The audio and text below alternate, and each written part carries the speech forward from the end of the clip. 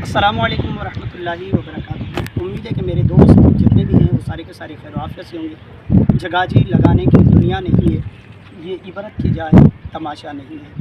आज हम मौजूद हैं चौकंडी कब्रिस्तान के अंदर, जो कि तकरीबन 6 सदियाँ पुराना कब्रिस्तान है। इसकी क्या हकीकत है, ये कैसे बना, इतनी खूबसूरत कब्रें ये कैसे बनी, इसकी क्या हकीकत है।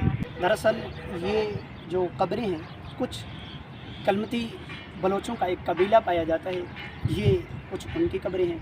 और यहाँ पर कुछ जोखिया कबीला है, कुछ उनकी कब्रें। दरअसल तारीख़ जो हमें बताती है वो ये बताती है कि सबसे पहले ये जो जगह है, इस जगह के अंदर बलोच कौम आबाद थी, और फिर उसके बाद जोखिया कबीला किसी दूसरी जगह से हिजरत करके वो भी यहाँ पर आ गया। दोनों के दोनों कबीले एक दूसरे के साथ इकट्ठे मिलकर रहने लगे। यहाँ पर जोखिया जो कबीला था, ये नक्शो निगारी के अंदर बड़ा माहिर हुआ करता था। इनके यहाँ जो भी बंदा वफ़ात पा जाता था तो फिर उसको जब दफनाया जाता तो उसकी कब्र पर ज़बरदस्त एक अच्छे अंदाज़ के अंदर नक्शो निगारी की जाती थी। जोखिया कबीला नक्शो निगारी के अंदर माहिर था, वो अपनी कब्रों पर भी नक्शो निगारी करता था।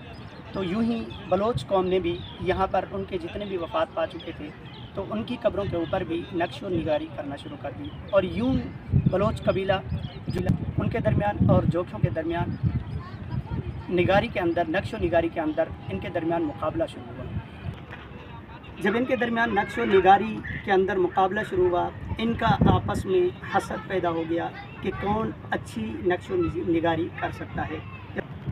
जब इनके दरमियान यूँ मुकाबला शुरू हुआ और यूँ इनके दरमियान नफ़रत पड़ने लगी, तो इनकी आपस में नफ़रत हो गई और ये आपस में ज़िद बहस के अंदर आ गए और यूँ इन दोनों के दरमियान जंग छिड़ गई। जब इनके दरमियान जंग छिड़ी तो जंग छिड़ने के बाद दोनों गुरूह जो थे, उनके कुछ सरदार और कुछ लोग, दोनों के कत्लेआम हुआ इनके दरमियान। और यूँ इनकी जब जंग छिड़ गई, जब कत्लेआम के बाद नक्शो निगारी की गई उनकी कबूर पर, फिर ये सिलसिला यूँ चलता रहा। और कुछ बलोच कौम जो थी ये यहाँ से निकल कर आगे मलीर की तरफ भी ऐसी कब्रें मौजूद हैं, वहाँ पर वो चला गया। यहाँ पर फिर जोखिया कबीला जो था वो यहाँ पर काबिज़ हो गया। मर्द और ख़वातीन की कब्रें और बच्चों की कब्रें यहाँ पर मौजूद हैं। और यहाँ पर जो मर्द की कब्रें हैं उनकी कब्रों के ऊपर भी एक अलग से वाज़ेह अलामात मौजूद हैं, और जो औरतों की कब्रें हैं उनकी कब्रों पर भी एक वाज़ेह अलामात लगी हुई हैं।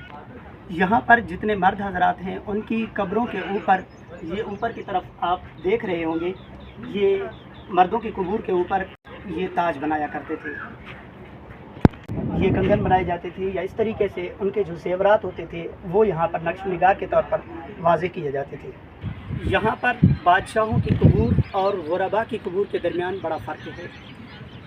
जो बादशाहों की कब्रें हैं वो जंगला नुमा, जिस तरीके से उनके महल्लात हुआ करते थे पहले, वैसी ही बनाई जाती हैं। और यूँ अगर मेरी तरफ आप देखेंगे, ये गुरबा की कब्रें हैं जिनकी कब्र के अंदर कोई जंगला वगैरह मौजूद नहीं है।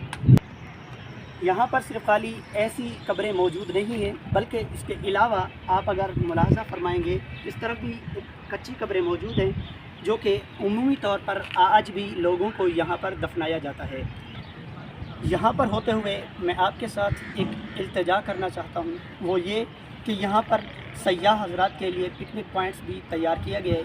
आप आएँ, यकीनी तौर पर वो जो पिकनिक पॉइंट्स हैं उनके अंदर एंजॉय करें, मगर एक चीज़ का फ़र्क ज़रूर रखिएगा, वो ये कि ये जो हैं ये कबूर हैं, इनके ऊपर बाज़ हज़रात बैठ जाते हैं, और जो कि एक बेअदबी है और हराम है। मैं आप हज़रात से ये इल्तिजा करना चाहता हूँ कि जितने भी हज़रात मुझे देख रहे हैं, एक ही इल्तिजा है, वो ये कि आप 3 मरतबा सूरह इखलास और 1 मरतबा सूरह फातिहा पढ़कर ये जितने भी यहाँ पर मुसलमान मदफून हैं, इनके इसाले सवाब के लिए आप आखिर के अंदर दुआ ज़रूर करें।